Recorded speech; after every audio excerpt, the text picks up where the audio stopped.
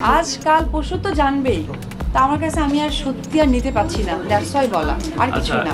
I think সেও হয়তো অপ্রস্তুত এই ব্যাপারটা নিয়ে, দ্যাটস ওয়াই সে কি বলেছে বা কি না বলেছে এটা আমার দেখার বিষয় না, সেটার জন্য আমাকে ওয়েট করতে হবে আরও কিছুদিন। অ্যাকচুয়ালি ফিউচারটা কি চাই সে, বাট দেখি আজকের দিনের কথাটা আমি আসলে এটা আমলে নিচ্ছি না, এটারও কয়েকদিন দেখার পর আমি বলতে পারবো। এবার মা হওয়ার জন্য সাকিবের কাছে মিনতি করছে অপু বিশ্বাস। এক ছবিতে দেখা যায় সাকিব খানের পায়ের কাছে বসে হাত জোর করে একটা কন্যা সন্তান চাইছে এই ঢালিউড কুইন। তিনি বলেন, আমারও একটা কন্যা সন্তান লাগবে। আমি সাকিবকে বলেছি, আজ আপনাদেরকেও বললাম।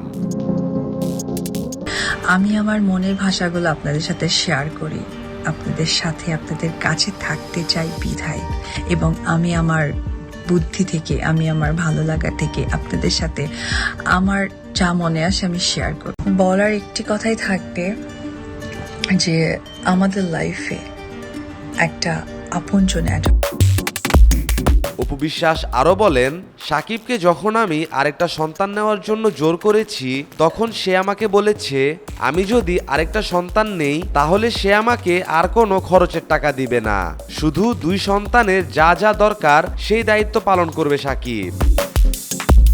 বাচ্চার দায়িত্ব নেবে, এতে আমি হ্যাপি। আমি কখনোই বিয়ের পরেও বা বিয়ের আগেও আমি চাই না যে আমার দায়িত্ব কেউ নেই। ইভেন আমি যেদিন থেকে আমার প্রফেশনে চলে আসছি সেদিন থেকে আমি আমার নিজ দায়িত্বে চলি, আমার বাবা মার দায়িত্ব আমি ছিলাম না। সো আমি আশাই করব আমার সাকিব আমার দায়িত্ব নিক, এটা আমি আশা করব। অপু বিশ্বাসের এমন আচরণ দেখে রেগে যায় বুবলি।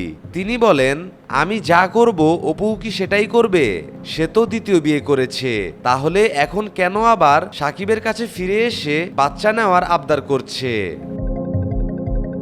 একটা মানুষ প্রত্যেক মানুষের প্রিয় হতে পারবে না, কারণ কাউকে না জেনে কারো গীবত করা বা সমালোচনা করা ইটস নট গুড। সুস্থভাবেও গঠনমূলক সমালোচনা করা যায়, আল্লাহ তো সবকিছুর বিচারক। এই নোংরা প্র্যাকটিসগুলো বন্ধ হওয়া উচিত। দারোয়ান মানে কাজের লোক এদেরকে ফেসবুক পেজ খুলে দেওয়া হচ্ছে।